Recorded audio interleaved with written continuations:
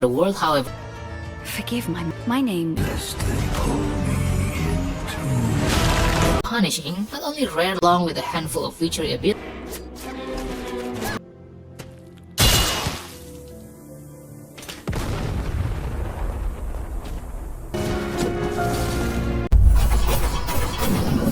Afterimage sees you exploring and fighting your way through Engadin. This mythical land is full of magical locations and creatures, with each area bringing all new threats and mechanics to master. The core side-scrolling action will evolve and change as you move through the 15 different regions that make up a semi-open world. As well as the freedom to explore the world however you want, your character's progression is wide open.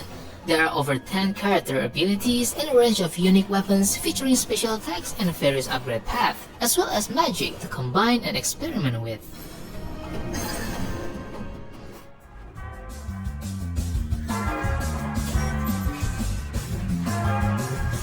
At number 6 once again after months of wait, we just got a new trailer for one of the much awaited Metroidvania games in the making, something called 9 Years of Shadows. I'm just gonna go ahead and stick to what I've said before, the most colorful looking pixel art game in the making right now, and although heavily inspired by classics, it's actually a pretty unique story driven in nature. 9 Years of Shadows releasing for PCs and Switch only March 27 this year, and here's how it looks.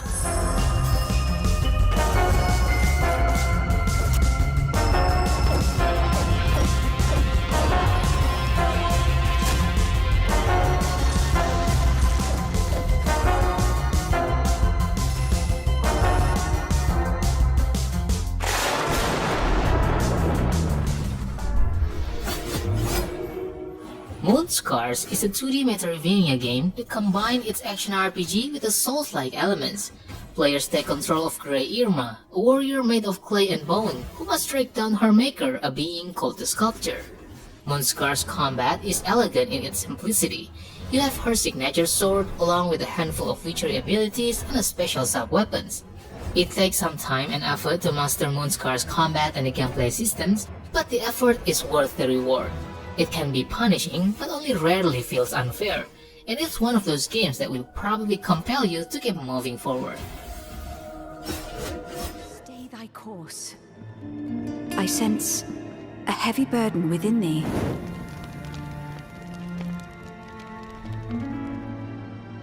This place of crimson shadows has summoned me. Game Kitchen, on the other hand, just came out with a new update on Blasphemous 2. So the game is now coming over to PC, Switch, and both generation of consoles as well around holidays this year. We didn't get a new trailer for Blasphemous either, but word that the game's now coming in about a month, showcasing its gameplay. In any case, Team 17 also said that the new game is going to be bigger in scale and better in visuals. But that is all.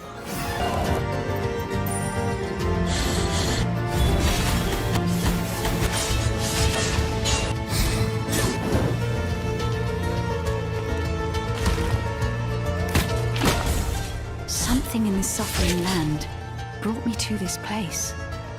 Forgive my manners. My name is Miriam.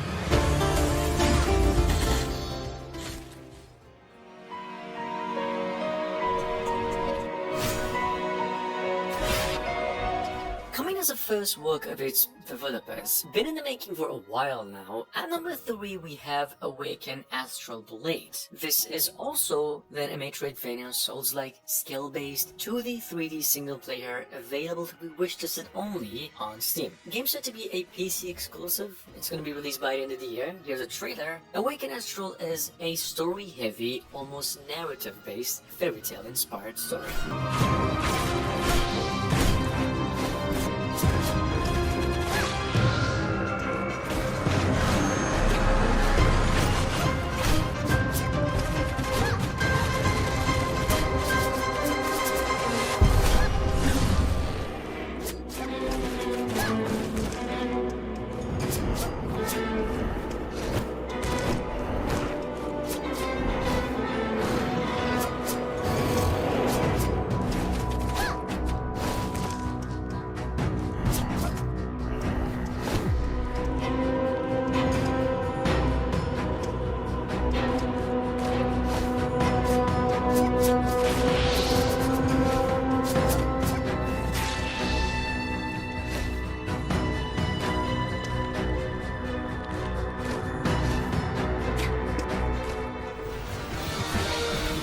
Biomorph's story is all about rebuilding the city of Blackmoor and discovering its past.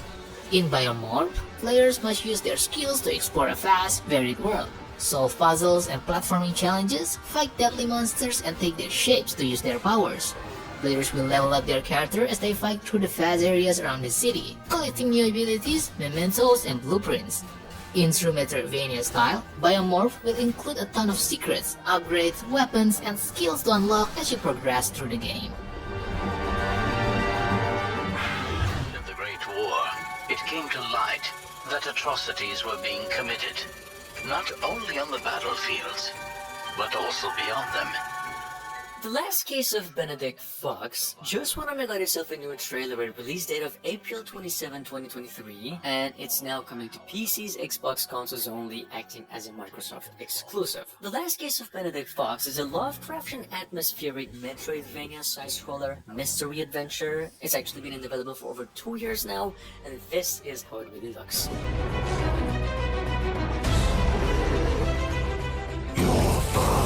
Ego has suffered more than we anticipated. It's afflicted, riddled with gangrene. Knew all along I was still alive. The shade is so dense, and the madness so fierce, that I can barely hold on, lest they pull me into.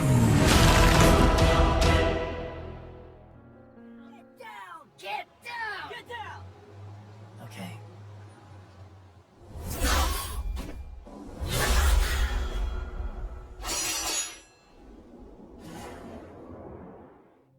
Announced, technically re-revealed with now gameplay since last month, we've got over here Legion of Judgment, Fallen Angel, what is described as a no-wire action RPG Metroidvania hack and slasher about some John Wick looking warrior trying to bring peace on Earth after this werewolf pandemic. Y'all remember the Blade movies? Well, this seems a little like that, about it's John Wick versus Twilight. Anyway, Fallen Angel is releasing for PCs and the PlayStation consoles only sometime later this year.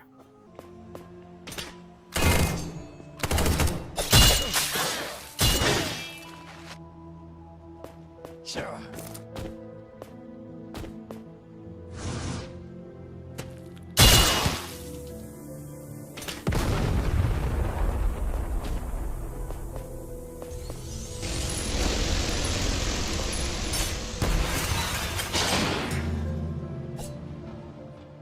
Stay thy course.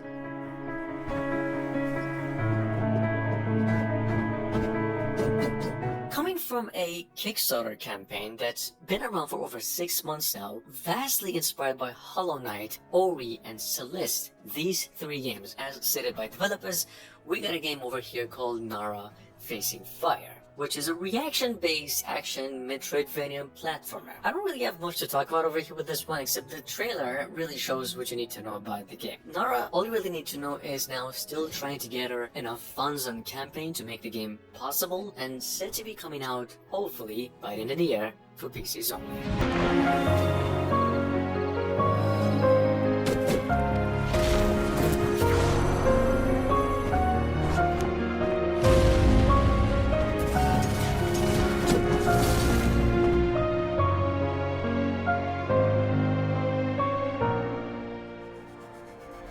Title: Mira and the Legend of the Genies. A 2D pixel art Metroidvania in a world inspired by Moroccan culture and spiritual traditions. Mira and the Legend of Genies, on the other hand, is now coming to PCs and Switch only mid to late this year. This update actually comes with a new trailer in case you miss out the game itself. This is also a Metroidvania inspired by Moroccan culture, tradition, and folklore, wherein you play as this Mira, this female protagonist, on a journey of discovery of the last gene on Earth. That's a supernatural entity we believe to be around the Middle East only. Game said to be coming out sometime later this year. A fantasy world that we call the Kingdom of Amazgash. In the game, you play as Yuba, who lives in a village called Jiziri, located in the heart of Amazgash, a treasure hunter and explorer who travels the lands in search of ancient relics. Yuba is also a Gnawi, a magician that can heal his surroundings from negative energy and drive out evil, with his music marked by low-toned, rhythmic melodies played on a skin-covered lute called Gembri. During a routine job, Yuba discovered an ancient necropolis, where he encounters Mira, a mysterious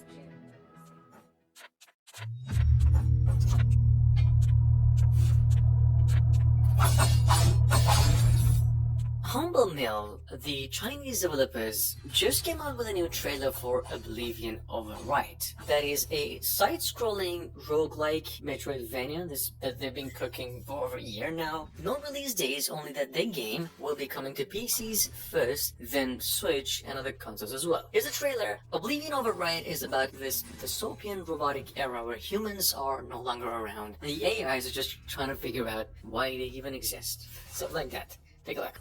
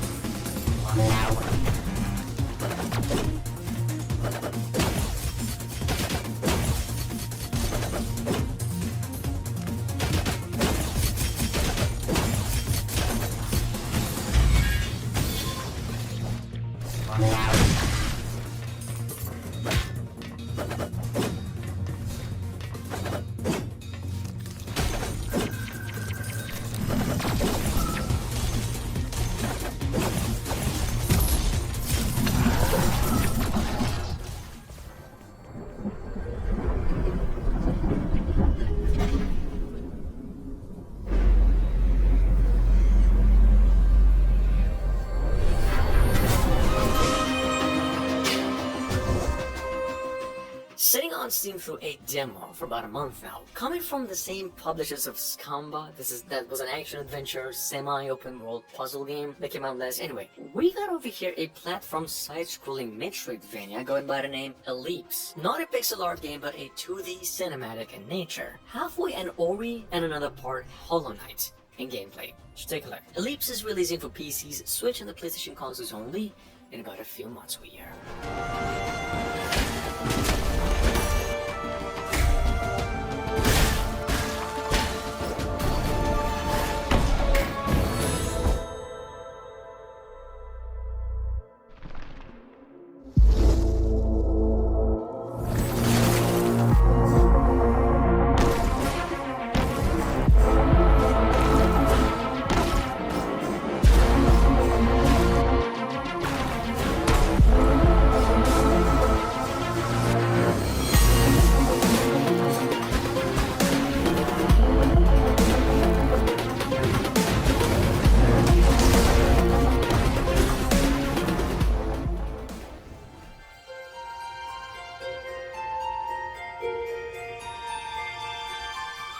The same developers of Rabby, a bullet hell Metroidvania that's got over 100 out of 100 on Steam for freaking almost a decade now. We have another pixel art Metroidvania action game in the making since last year, going by the name TEVI, or TEVI, which is, beside the Metroidvania, an action-adventure hack-and-slash bullet hell all over again. Well, then also Souls-like. I don't really know about the story. They haven't even come up with one yet. All I know is that the game's releasing for PCs, Switch, and the PlayStation consoles only, just like the previous game, in about a few months.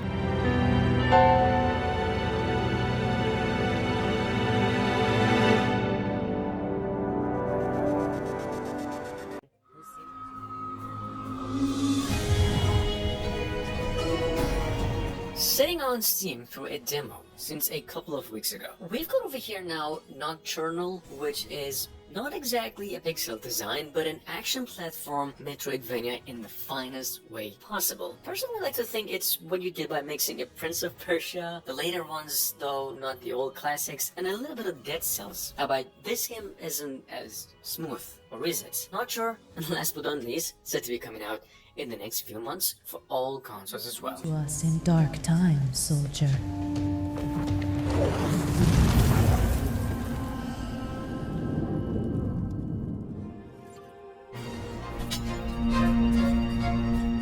From a tad over 2 months ago reveal though, we have a trophy night. I'm not gonna say inspired by Shovel Knight games, because although the protagonist is a knight and it's literally the same style, but Trophy Knight is actually a level-based single-player exploration, just like Castlevania. This game is even Souls-like to some extent. Well, here's how the game looks. It's set to be coming to PCs only sometime later this year.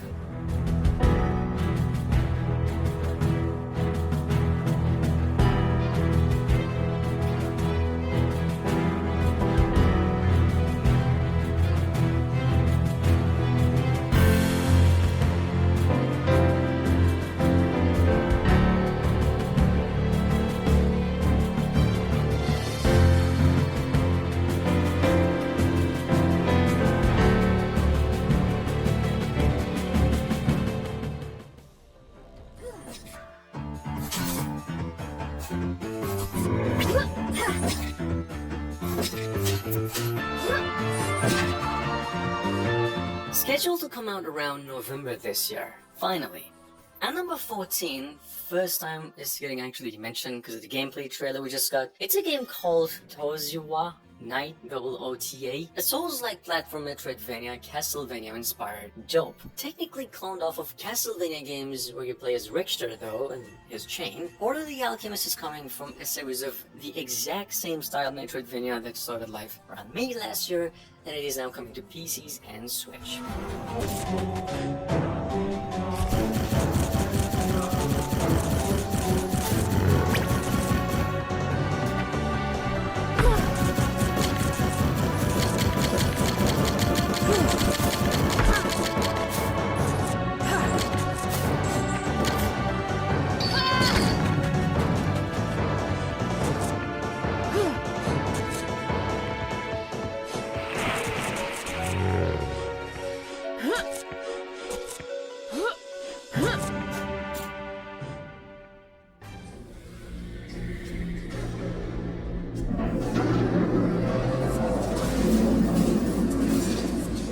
Sitting on Steam through a free demo, said to be coming out soon for PCs only, we've got Cellini, a Kickstarter project that was revealed about 6 months ago. Not really a pixel art, but a platform mystery action puzzler, sort of halfway inspired by Inside, and as irrelevant as it may sound, the open world game No Man's Sky.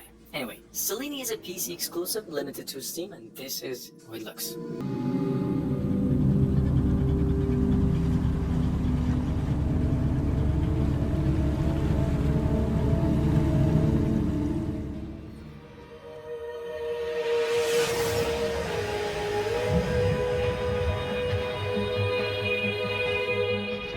From the same developers of Brawlout, Muffin Knight, a dozen other 2D platformers recently discovered. Here's the company's biggest IP in the making since a couple of years ago, something called Trinity Fusion. What's, as you could probably tell, definitely inspired by some of the best, be it the Hades, Dead Cells, and even Fist. You know, the rabbit protagonist platformer, 3D game. Anyway, Trinity Fusion is said to be in its final stages of development and due out for all consoles mid to late 2023.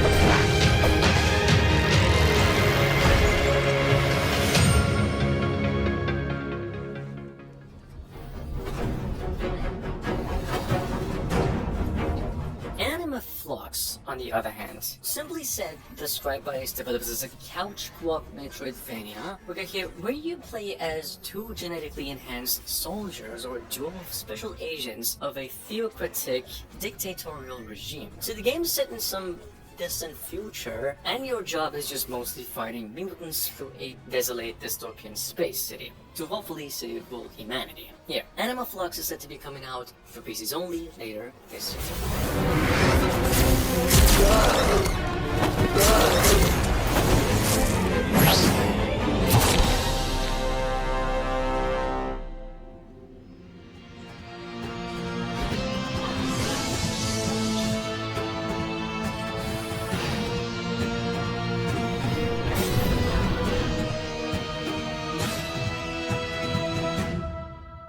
And last but not least, sitting on scene with overwhelmingly positive score as of 24 hours ago, we have Dead Cell's latest DLC going by Return to Castlevania. Bringing over just anything that was a win point in Castlevania Symphony of the Night games to the Dead Cell's world, gameplay, and even more. That's Castlevania characters, enemies, weapons, Easter eggs, in addition to Richter and even Alucard to play as. Dead Cell's Return to Castlevania is available for all consoles and takes you down about $10.